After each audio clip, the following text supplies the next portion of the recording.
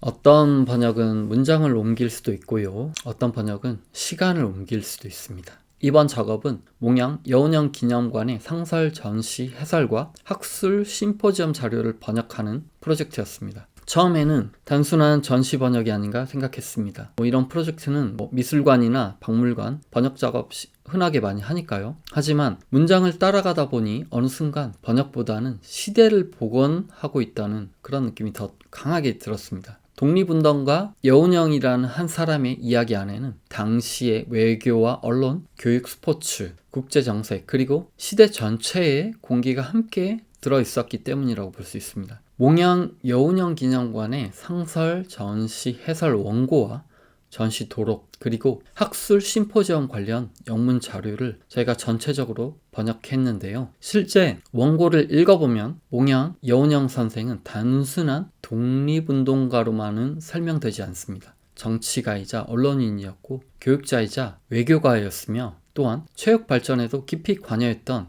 인물이라고 볼 수 있었습니다. 그래서 번역을 진행하면서 가장 먼저 고민했던 것은 무슨 단어를 쓸 것인가 보다는 이 인물을 어떤 온도로 전달할 것인가를 깊이 고민했습니다. 예를 들면 한국어 원문에 이런 문장이 등장해요. 몽양은 조선의 자주 독립과 통일정부 수립이라는 간절한 꿈을 실행하는 삶의 길을 갔다. 직역하자면 의미는 전달되겠죠. 하지만 영어로 그대로 옮기게 되면 지나치게 설명문처럼 보일 수도 있고, 반대로 너무 문학적으로 풀어내면 박물관 전시 특유의 공공성과 객관성이 흐려질 수 있습니다. 그래서 이번 작업에서는 읽히는 영어와 역사의 밀도 사이의 균형을 계속 고민하며 조정해야 했던 것 같습니다. 특히 역사 번역은 일반 문서 번역과 전혀 다르다고 좀 생각하는데요. 예를 들어 전시 원고 안에 애국 계몽운동, 좌우 합작운동, 건국준비위원회 같은 표현들이 계속 등장해요. 한국인에게 익숙한 단어지만 해외 독자에게 단어 자체보다 그 시대적 맥락이 어떻게 받아들여질 수 있게 번역을 하는가 계속 고민이 되었습니다.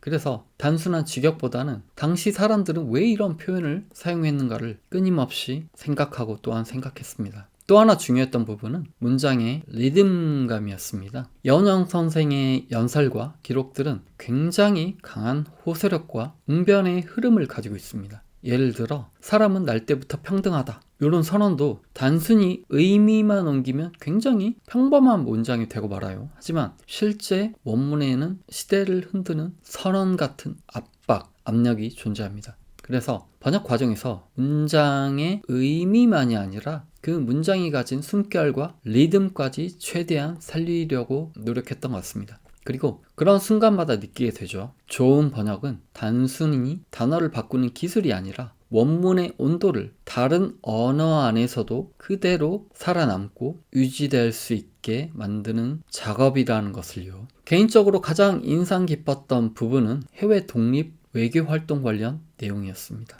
여운형 선생은 상하이를 중심으로 독립운동을 전개하며 신한청년당을 조직하고 파리 강화회의에서 독립청원서를 전달하는데 중요한 역할을 했습니다. 그리고 1919년 도쿄 제국 호텔 연설에서는 일본의 심장부에서 조선 독립의 정당성을 세계에 알렸습니다. 흥미로웠던 부분은 당시 독립청원서 영문본이 이미 존재했다는 사실입니다. 100년 전 독립운동가들도 국제사회를 설득하기 위해 영어 문장을 치열하게 고민하고 있었던 것입니다. 지금 우리는 글로벌 시대를 산다고 하지만 사실 그 시대에도 이미 세계를 상대로 우리의 이야기를 어떻게 효과적으로 전달할 것인가를 고민하고 있었죠. 그리고 그런 기록들을 번역하다 보면 어느 순간 단순히 역사 자료를 읽는 것이 아니라 당시 사람들의 시선과 감정을 따라가게 됩니다. 특히 도쿄 제국 호텔 연설 부분을 번역할 때는 굉장한 어떤 묘한 감정이 들었어요. 일본의 중심부에서 독립의 정당성을 외쳤던 연설을 100년이 지난 지금의 언어로 다시 번역하고 있다는 사실 자체가 일단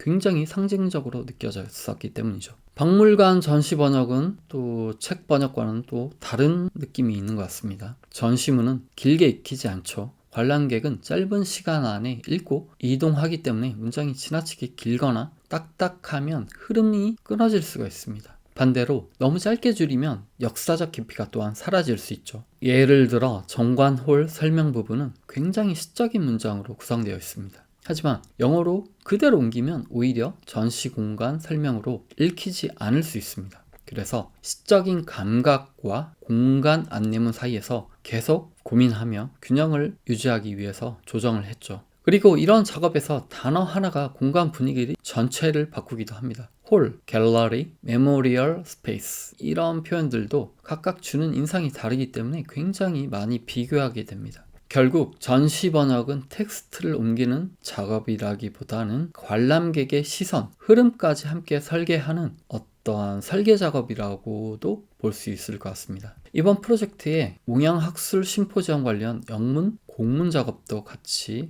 포함되었는데요. 특히 일본 대학의 교수 초청 문서에는 일반 번역과는 완전히 다른 결을 가진다고 볼 수 있습니다. 이런 문서는 단순히 틀리지 않는 영어보다는 기관 문서답게 읽히는 영어가 훨씬 중요합니다. 예를 들어 한국어 공문에서 자연스러운 표현도 영어 공문에서 직역하면 지나치게 권위적으로 보이거나 반대로 너무 가볍게 느끼지 않을까 하는 생각을 끊임없이 하게 되었습니다. 그리고 실제 번역 과정에서는 단어 하나하나보다 문서 전체의 결을 많이 보게 되는데 문장이 어느 정도 거리감을 유지하는지, 기관과의 예의가 살아있는지, 국제학술 행사 문체로 자연스럽게 읽히는지, 그리고 실제 이 문서를 담당자가 보았을 때 실제 초청이 완벽하게 이루어질 수 있는지 같은 부분들을 계속 조정하게 됩니다. 실제 번역 작업을 오래 하다 보면 문서 하나만 봐도 그 기관의 분위기와 업무 스타일이 느껴질 때가 있습니다. 그리고 그런 문서를 자연스럽게 영어 안으로 옮기는 과정 역시 굉장히 중요하다고 볼 수 있습니다. 가끔 번역 작업을 하다 보면 그런 생각이 듭니다. 언어는 결국 사람을 남기는 일이구나. 특히 이번처럼 역사와 기록을 다루는 작업은 더욱 그렇습니다. 누군가의 연설과 신념, 그리고 한 시대의 기억이 다른 언어 안에서도 그대로 살아남을 수 있게 조심스럽게 번역하는 과정, 연결하는 과정. 이번 몽양기념관 프로젝트는 그런 의미를 다시 한번 깊이 느끼게 해준 작업이었습니다.